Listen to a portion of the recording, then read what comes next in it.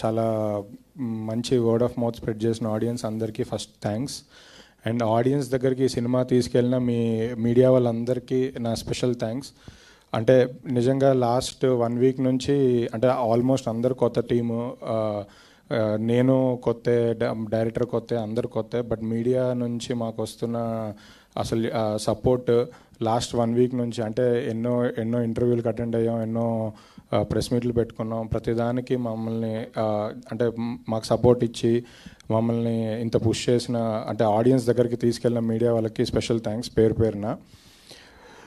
ఈ cinema first Dushyant వచ్చి అంటే కథ నాకు చెప్పినప్పుడు నాకు కథలో తనలో దుష్యంత్లో చాలా జెన్యూనిటీ కనిపించింది. అంటే ఈ కథలో చాలా సిన్సియర్గా తను రాసుకున్న ఎలిమెంట్స్ అంటే చాలా రియలిస్టిక్గా న్యాచురల్గా రాసుకున్న ఎలిమెంట్స్ అవన్నీ బాగా నచ్చి ఈ సినిమా చేద్దాం అనుకున్నాను. దాని తర్వాత నన్ను చాలామంది క్వశ్చన్ అడిగారు. అంటే యాక్చువల్లీ మా సినిమా షూట్ స్టార్ట్ అయిన ఫస్ట్ డే నేను అసోసియేట్ అయి ఉన్న డీజే టిల్లు రిలీజ్ అయింది. అది అప్పుడు పెద్ద హిట్ అయింది. తర్వాత సినిమా షూట్ ఎండింగ్లో ఉన్న టైంలో బేబీ రిలీజ్ అయింది. బేబీ సూపర్ హిట్ అయింది. అంటే ఈ 2 సినిమాలకి నేను అసోసియేట్ అయ్యి ఉన్నాను. దాని తర్వాత అడుగుతున్నారు అందరూ ఏంటంటే అదేంటి నువ్వు అంత పెద్ద బ్లాక్ బస్టర్ సినిమాలు చేస్తావు అంటే ఆ 2 వేరు జానర్స్, డీజే టిల్లు కానీ బేబీ కానీ. ఇలాంటి పెద్ద సినిమాలకు అసోసియేట్ అయి ఉన్నావు, ఆల్రెడీ ఇంత సక్సెస్ చూసేస్తున్నారు. మరి ఇప్పుడు అంబాజీపేటకి అంటే అలాంటి సబ్జెక్ట్ ఎందుకు ఎంచుకున్నావు అని. బేసికల్లీ ఈ సినిమా ఒక జెన్యూన్ సినిమా. అంటే అవి వేరే జానర్ సినిమాలు. బట్ ఈ సినిమా నేను ఫస్ట్ నమ్మింది ఏదైతే కంటెంట్ నేను నమ్మానో, ఏదైతే డైరెక్టర్ని బిలీవ్ చేశానో, ఏదైతే ఆర్టిస్టులని బిలీవ్ చేశానో, టెక్నీషియన్స్ని బిలీవ్ చేశానో, అందరూ కొత్త వాళ్ళు, వీళ్ళందరినీ బిలీవ్ చేశానో లేదు ఇది అలాంటి సినిమా కాదు. బట్ ఈ సినిమాకంటూ ఒక స్టాండ్ ఉంటుంది. ఈ సినిమా ఇది ఒక అంటే మ్యాక్సిమం ఎఫర్ట్స్ పెట్టి దీన్ని ఒక బెస్ట్ డెలివరీ ఇద్దామని ఫస్ట్ నుంచి నేను నమ్మాను. నిజంగా నా నమ్మకాన్ని వీళ్ళందరూ కలిపి నిలబెట్టారు.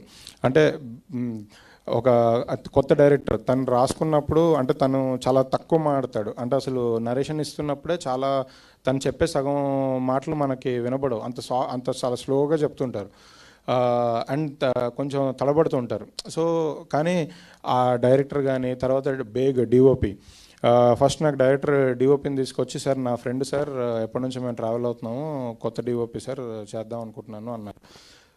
తర్వాత అందరూ టెక్నీషియన్స్, ఈ సినిమాకి పనిచేసిన ఆర్ట్ డైరెక్టర్ కానివ్వండి, ప్రతి ఒక్క టెక్నీషియన్స్ అందరూ ఆల్మోస్ట్ కొత్త వాళ్ళు.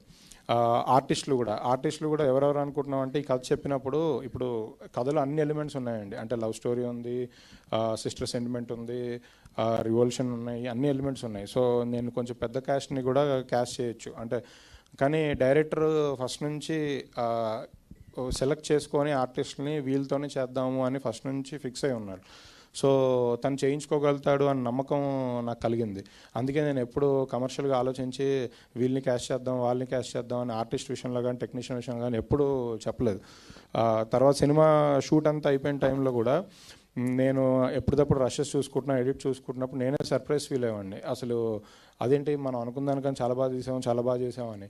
అంటే వాళ్ళందరూ అంటే ప్రతి క్యారెక్టరు వాళ్ళకున్న లిమిట్స్లో బెస్ట్ పర్ఫార్మెన్స్ ఇచ్చారు. అంటే ఎడిట్ టేబుల్లో నాకు తెలిసి ఎడిటర్ కూడా కట్ చేస్తుంటే ఇప్పటికీ మా దగ్గర కొంచెం ఫుటేజ్ ఉంటుంది. అసలు ఇది ఎందుకు తీస్తావు అని అడుగుతుంటారు. అంటే ఆ సీన్ ఇండివిజువల్గా చూస్తే ఏది తీయాలనిపించదు, అంత బెస్ట్ పర్ఫార్మెన్స్ ఇచ్చారు. ప్రతి చిన్న క్యారెక్టర్ కూడా వాళ్ళ మార్క్ వేసుకున్నారు. ఎర్రన్న క్యారెక్టరు ఆయన కానీ అంటే చాలా తక్కువ సీన్ లెంగ్త్ ఉన్న, స్క్రీన్ స్పేస్ ఉన్న, బట్ ఎవరిది వాళ్ళు అవుట్ స్టాండింగ్ పర్ఫార్మెన్స్ ఇచ్చారు. ఫ్రెండ్స్ క్యారెక్టర్స్ కానివ్వండి, ఎవరిదైనా వాళ్ళు అందరిది బెస్ట్ పర్ఫార్మెన్స్ ఇచ్చారు. అంటే ఇవన్నీ చేయించుకోవడం డైరెక్టర్ గొప్పతనం. తర్వాత నిజంగా ఈ సినిమాకి డైరెక్షన్ డిపార్ట్మెంట్ గురించి చెప్పాలి. యాక్చువల్లీ మేము సినిమా 1.5 year జర్నీ చేసాం కాబట్టి డైరెక్షన్ డిపార్ట్మెంట్ అంటే చాలామంది మారుతున్నారు. కో డైరెక్టర్లే 3 మారారు ఈ సినిమాకి.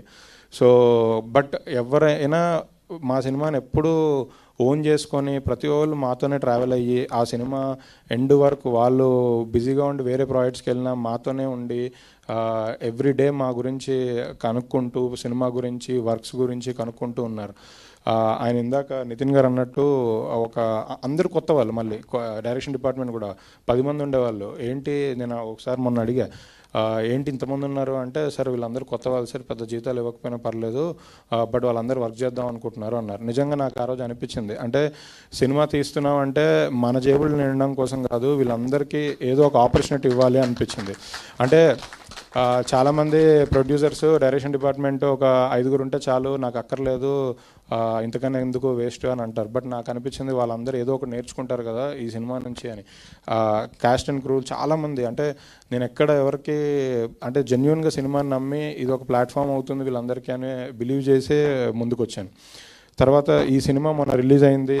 రిలీజ్ అయిన తర్వాత ఈ 3 days కలెక్షన్ బాగా వచ్చింది. నేను నైట్ మా ఎస్కేఎన్ గారు మేము మాట్లాడుకుంటున్నప్పుడు, అంటే మేము అనుకున్నాం ఈ సినిమా హిట్ అవుద్ది, ఇంత బాగా కలెక్ట్ చేస్తాను అనుకున్నాం, బట్ మేము అనుకున్న దానికన్నా ఎక్కువ వచ్చింది, జెన్యున్గా ఎక్కువ వచ్చింది. అప్పుడు నాకు నైటే ఒకటి అనిపించింది, ఏంటంటే ఈ సినిమాని ఇంకా కమర్షియల్గా చూడకూడదు, ఇంకా ఎక్కువ ఆడియన్స్ దగ్గర తీసుకెళ్ళాలి, మ్యాక్సిమం నెంబర్ ఆఫ్ ఆడియన్స్కి సినిమా చూపించాలి అనిపించింది.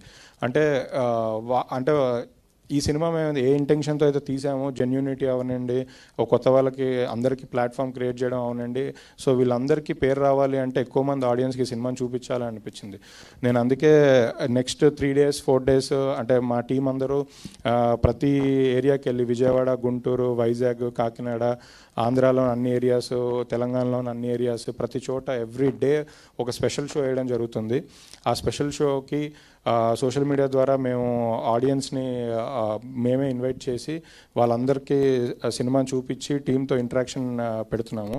ఇది అసలు నిజంగా కూడా నాకు ఈరోజు ఇంకా చేసిన చాలు, హ్యాపీగా డబ్బులు వచ్చాయి, అందరు కూడా బిజీ ఉన్నారు. ఇప్పుడు సుహాస్ గారు కూడా నెక్స్ట్ సినిమా షూట్లో ఉన్నారు, వదిలేయచ్చు. బట్ నాకేమనిపించిందంటే లిటరల్లీ చూపించాలి అందరికీ వీళ్ళ క్రాఫ్ట్, వీళ్ళు చేసిన వర్క్, ఇవందరి ఆడియన్స్తో ఇంకా దగ్గరకు తీసుకెళ్ళాలి అనిపించింది. అందుకే ఇది మళ్ళీ ఇంకో 1 week దీన్ని గట్టిగా అందరి దగ్గర తీసుకెళ్దామని మేము అనుకున్నాము. తర్వాత ఈ సినిమా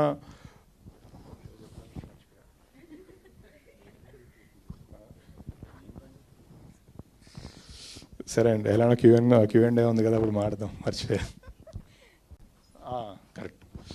సో బేసికలీ ఈ సినిమాకి లాస్ట్లో, అంటే మేమందరం ఎంత కష్టపడ్డా, ఎంత పెద్ద మేధావికైనా ఓ చిన్న అప్పుడప్పుడు ఐడియాస్ వచ్చి ఆ ఐడియాస్ వల్ల ఇంకా బెటర్ అవుతాం అన్నట్టు, ఈ సినిమాకి నిజంగా ఒక పాయింట్ నుంచి బాగా సపోర్ట్ చేసిన Sandeep, colour photo director Sandeep, తను యాక్చువల్లీ మన డైరెక్టర్తో పాటు కూర్చొని, అంటే ఒక కొత్త డైరెక్టర్ అని ఫీల్ అవ్వకుండా ఒక బ్రదర్ లాగా ఫీల్ అయ్యి మ్యాక్సిమం ఇన్పుట్స్ ఇచ్చి ఇలా చేస్తే బాగుంటుంది అది అని కొంచెం, లేకపోతే డైరెక్టర్ ఏదైనా ఇది ప్రాక్టికల్గా అవుద్దా లేదా అనుకున్న ప్రతిదీ డైరెక్ట్గా నాకు కాల్ చేసి బ్రో ఇది చేద్దామని చెప్పి పుష్ చేశారు. అంటే ఈ సినిమా మేము అంటే రీషూట్స్ కూడా చేసాం, అన్ని సినిమాలు చేస్తున్నట్టే మేము రీషూట్స్ చేసాం బెటర్మెంట్ కోసం, సో దానికి హెల్ప్ చేశారు. బట్ ఇంకొకటి లాస్ట్లో సినిమా షూటింగ్ అంతా అయిపోయిన తర్వాత పోస్ట్ ప్రొడక్షన్ ఎడిట్ దగ్గర, ఆర్ఆర్ దగ్గర, నిజంగా ఈ సినిమాకి మాకు అంటే తను బేబీ లాంటి పెద్ద హిట్ కొట్టిన తర్వాత కూడా సాయిరాజ్ గారు లిటరల్లీ మాతో మా కోసం వచ్చి లిటరల్లీ లాస్ట్ 10 days, అంటే తన సినిమాకి ఎంత కష్టపడతారో అసలు నిద్ర లేకుండా నైట్ అంతా, అంటే మార్నింగ్ 6-7 వరకు నైట్ నిద్రపోకుండా మిక్సింగ్ థియేటర్లో ఉండడం, ఎడిట్ రూమ్లో ఉండడము, ఆర్ఆర్ దగ్గరికి వెళ్ళడం, నిజంగా అంటే నాకు, అంటే నేను వీళ్ళందరికీ జస్ట్ థ్యాంక్స్ చెప్పి నేను సరిపెట్టుకోలేను, నేను ఎప్పటికీ రుణపడి ఉంటాను. అంటే ఈ సినిమాని తను సాయిరాజ్ గారు ఒక మాట అన్నారు, ఏంటంటే ఏదో థ్యాంక్స్ అది చెప్తుంటే, ఇవన్నీ తర్వాత భయ్య సినిమా అనేది అలా లైబ్రరీలో ఉండిపోద్ది, ఓ 10 ఏళ్ళైనా 20 ఏళ్ళైనా సినిమాకే వాల్యూ రెస్పెక్ట్ ఉంటుంది, వెనకాల ఎవడు కష్టపడడం అనేది ఇంపార్టెంట్ కాదు, సినిమాకి మనం బెస్ట్ ఇవ్వాలి, ఆ సినిమాని కరెక్ట్గా నిలబెట్టాలన్నారు. నిజంగా థ్యాంక్స్ సాయిరాజ్ గారికి, సందీప్కి, రవికి.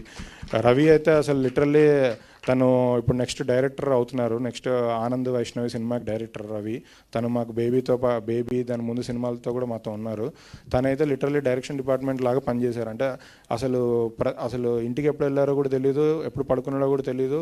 పాపం వాళ్ళ ఇంట్లో వాళ్ళకి కొంచెం హెల్త్ బాగాలేదు, అయినా సరే కాల్ మాట్లాడుతూనే ఇక్కడ వర్క్స్ అన్నీ చూసుకున్నారు. నిజంగా వీళ్ళ లాస్ట్ మినిట్లో నాకు హెల్ప్ చేసిన అందరికీ మా సైడ్ నుంచి అంటే అరవింద్ గారు నాకు ఫస్ట్ నుంచి సపోర్ట్ ఇచ్చారు, తర్వాత వాసు గారు, తర్వాత ఎస్కేను, వీళ్ళందరికీ అసలు ఒక సపోర్ట్గా నిలబడ్డారు. మా పొలిమేర డిస్ట్రిబ్యూటర్ చేసిన వంశీ, వీళ్ళందరూ రోజు నాతో పాటే ఉండి లాస్ట్ నాకు సపోర్ట్ ఇచ్చి నిలబెట్టారు. వాళ్ళందరికీ నిజంగా heartfully thanks. Thank you so much Dheeraj గారు. ఇంకా ఎంతోమంది థియేటర్స్కి వెళ్ళి మూవీని